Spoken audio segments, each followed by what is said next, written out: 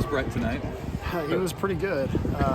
Yeah, that's just what he does, man. His ability to just suffocate the strike zone. I mean, that is the absolute best way to describe it.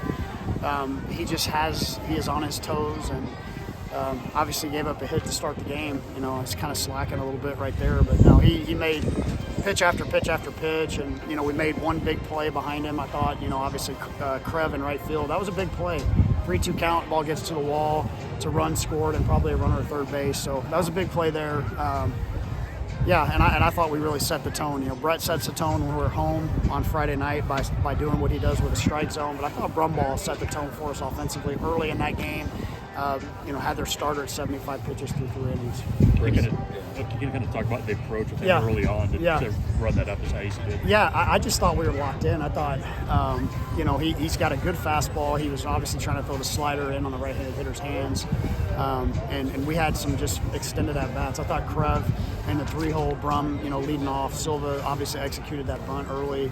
And Karen putting the ball in play with 2 strikes there. That was obviously a big swing because that 3-run lead felt a lot bigger than that at that point in time, the way the ballpark was playing. I just thought we had a lot of balls hard. I mean, especially early in the game. I thought DC took a great swing, extended at bat there, you know, wrong day. You know, Stokes hit a ball right on the screws. I just thought we were locked in at the front of that game, and that was the difference. Brett said he was smiling underneath his glove heading out for the 9th, hearing that ovation from the crowd. What was it like from your perspective, having them behind him and just seeing him perform like that? Our crowd was great. Our crowd was there. It was a big crowd. We finally had some warmer weather, and it was loud. That first of all, I love that, the fact that the crowd was into it tonight. You know, after the 8th inning, I didn't even have to look at Brett. He just said, "I'm not coming out of the game." So there was no decision to be made. He was rolling, and I was glad to see him finish. Can you talk about how eager you guys were to come out and compete? And you talked about Brett setting the tone and Brumball, and then like just watching Riley on the bases. Yeah. Just how eager you guys were to compete tonight. Yeah, you could kind of see that, right, with our body language and how we came out at the front of that game. We were ready to fight, you know, to go win tonight, and you know, it wasn't going to be easy with their guy on the mound and the way the wind was blowing today, and that was the difference. The competitive spirit at the front of that game was the difference in it.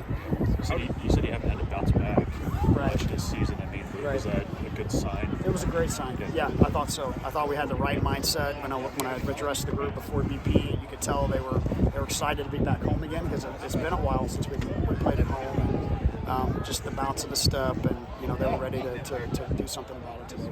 How does it set the tone for the weekend? Not just the way you guys played, but for the bullpen and everything else. Yeah, that's what you want your Friday night starter to do, is be able to, you know, set your bullpen up, and you know, so he saved those bullets down there. We got guys were just lightly moving. I mean, there wasn't a whole lot of movement down there, and you know, Mason, just the same thing tomorrow. I mean, the wind's going to be blowing in probably twice as hard tomorrow, so it's, you know, attacking the strike zone is going to be key. The way you call your offense, I mean, does it even change on nights like this and what you're going to see tomorrow? Or? Not necessarily. I mean, you know, we set up some of those innings by just, you know, taking a 3-2 walk, you know, just putting a bunt down, you know, those type of things. So we had some runners at third with less than 2 outs and we didn't cash in on. But days like today, that's where you've got to get your runners. You got to get them to third with less than 2. Thanks, Coach. Thank you.